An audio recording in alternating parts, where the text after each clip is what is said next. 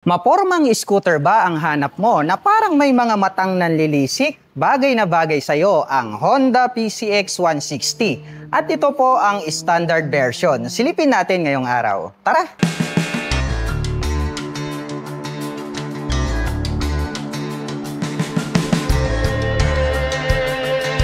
Honda PCX 160. Agaw pansin po talaga, ito pong kanyang napakakapal na V-shape design na daytime running light at located naman po rito po sa bandang itaas. Ito pong kanyang mga LED na turn signals. At kapag atin pong sinilip, ito pong kanyang main headlight para po siyang mata na nanlilisik ng agila. At nahahati po ito sa dalawa at naka full LED na po ito pong kanyang lighting system. At ito pong kanyang windshield ay glossy black po ito. Mataas din po siya at may nakalagay naman po rito na Honda na white decal. At ito po ay gumagamit ng black color na telescopic fork para po rito sa kanyang front suspension. Equipped with single rotor disc brake with 2-pot caliper na Nissin brand. Black color po ito pong kanyang cast wheel at ang sukat po ng kanyang gulong rito sa harapan ay mayroong sukat na 110 by 70-14. At ito po ay naka-tubeless na. Naka fully digital po ito pong kanyang meter panel display at mayroon naman po siyang light indicators dito po sa magkabila. At mayroon naman po siyang 2-button selector dito sa ibaba.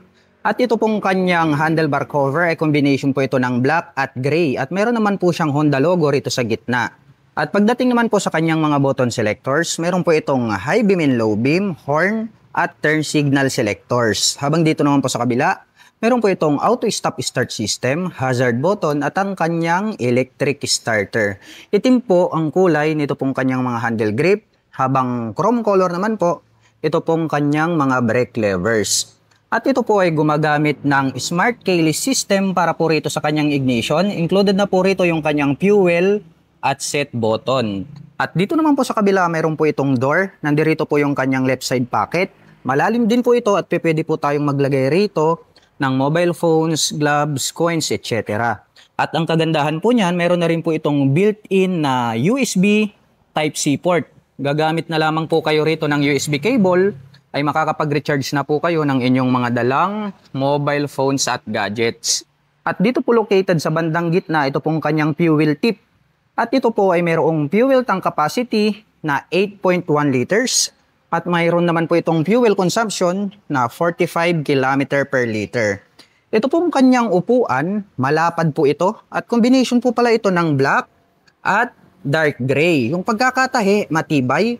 At ang kagandahan po nito pong kanyang upuan, ayun, malambot po siya at malapad kaya komportableng sakyan. Ito naman pong kanyang integrated na grab bar ay red color din po siya, no? Napapatungan po siya ng pairings. So connected po siya rito sa kanyang body cover. So same color po sila kaya talagang very premium yung kanyang dating. Ang Honda PCX 160 ay mayroon po itong seat height na 764mm at mayroon naman po itong ground clearance na 134mm.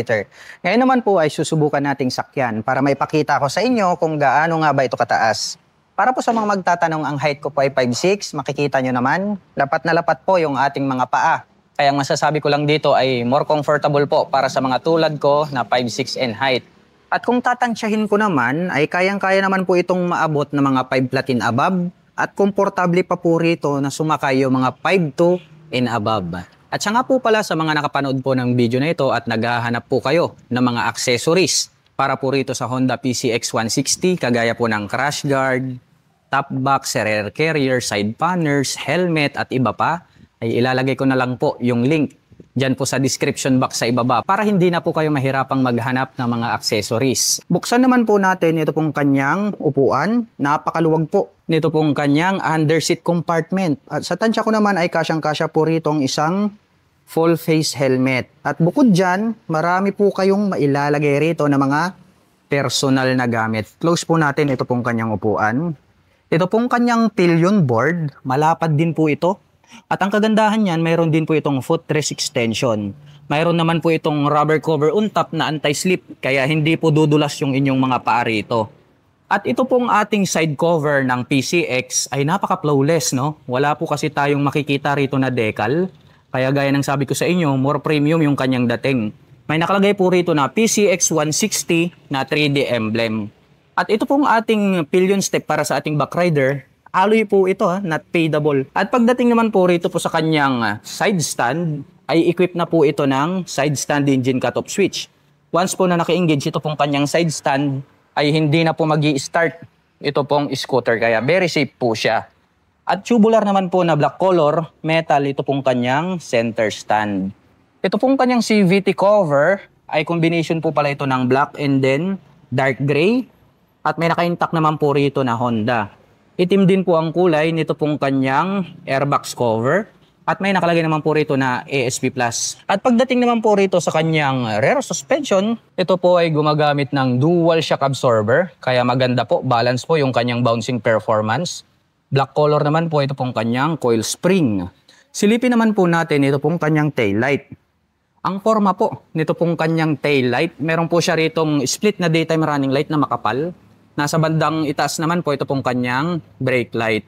At dito naman po located sa bandang ibaba, ito pong kanyang mga LED na turn signals. May nakalagay po rito na Honda decal at meron po siyang additional light reflector dito sa gitna.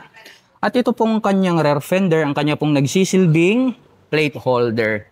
Dumako naman po tayo rito sa kanyang rear braking system. Ito po ay equipped with single rotor disc brake with single pot caliper na Nissin brand. At ito po ay naka-cast wheel na black color. At ang sukat po ng kanyang gulong, rito po sa likuran, ito po ay mayroong sukat na 130 by 70-13. At naka-tubeless na po ito. Mayroon din po pala itong integrated na mudguard para hindi po matalsikan yung other body parts nito pong ating scooter. At ito pong kanyang pipe is black color po ito. Itim din po ito pong kanyang head protection guard. Habang gray color naman po ito pong kanyang tip. At mayroon po itong single exhaust.